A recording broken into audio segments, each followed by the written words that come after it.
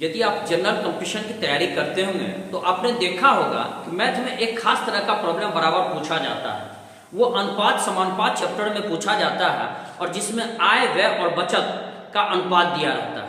यदि आपको सीधे मेथड से बनाइएगा तो आपको लंबा समय लग जाएगा और परिणाम क्या होता है कि आपके बहुत सारे प्रॉब्लम्स छूट जाएंगे बिना बनाए हुए। कैसे इसको ट्रिक से बनाते हैं यहाँ देखिए, और यदि इस ट्रिक्स का इस्तेमाल कीजिएगा तो आप प्रॉब्लम को विदिन 60 सेकंड में बना लीजिएगा।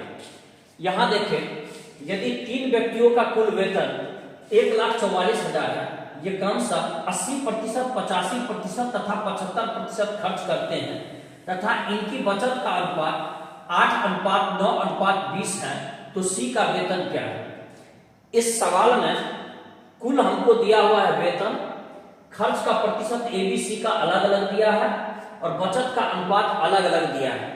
इसको बनाना है कैसे, तो यहां देखिए, यहां पर हम 3 व्यक्ति लिख दिए ए, बी और सी। यहां पर हमारे पास है, यहां हमने कहा आमदनी का कॉलम बनाया, ए के लिए एक्स, बी के लिए वाई, सी के लिए जेड।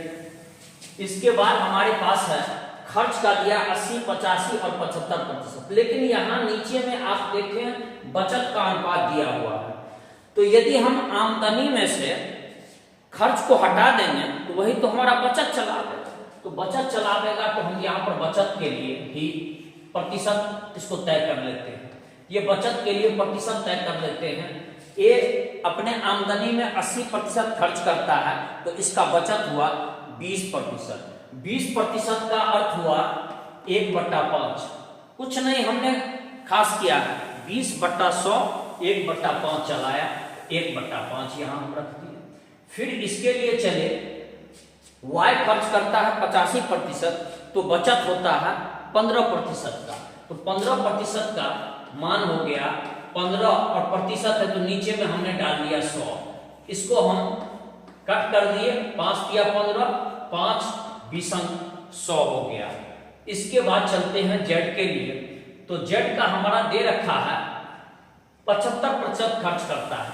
इसका माने जेड की बचत है 75% खर्च किया आमदनी में, तो बचत हो गई उसकी 25% की। 25% बोले तो 25 के नीचे 100 अर्थात कि 1/4 चलाया। ये हमारा निकल गया बचत का जो प्रतिशत था उसको हमने भिन्नात्मक मान में बदल दिया। अब यहां देखिए बचत का अनुपात दे रखा है, बचत का अनुपात, बचत का अनुपात, बचत का अनुपात दे रखा है। ये हमको दिया 8, इसके बाद 9 और इसके बाद 20। यही हमारे काम का चीज है। इसको हम एक कॉमन पॉइंट पर इसको कैरी करते हैं।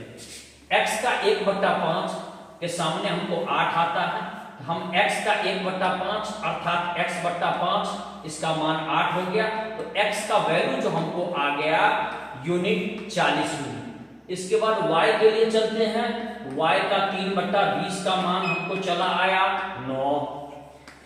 3 से इसको कट किए तो 3 आया, 20 दिया हमको चला आया 60। तो y का यूनिट हो गया हमको 60। इसी तरह से हम z का यूनिट करेंगे, z का 1/4 बराबर में हमें चला आया 20। तो z का हमारा मान हो गया, z का यूनिट वैल्यू हो गया 20 चौका 80। सवाल अब अंतिम स्टेज में चला आया आपका प्रॉब्लम। तो हम a और b और c इनका आमदनी का अनुपात और हमारे पास चला आया। चूंकि हमने x y z ये आमदनी माना था, इनकम माना था, ये हमको चला आया 40 यूनिट, 60 यूनिट, 80 यूनिट। इसको कट कर देते हैं, 20 दूनी 40, 20 दिया 60, 20 चौका 80। अब आपको जो टोटल आमदनी है, कुल आमदनी है, इसको इसी अनुपात में बंटवारे करना है।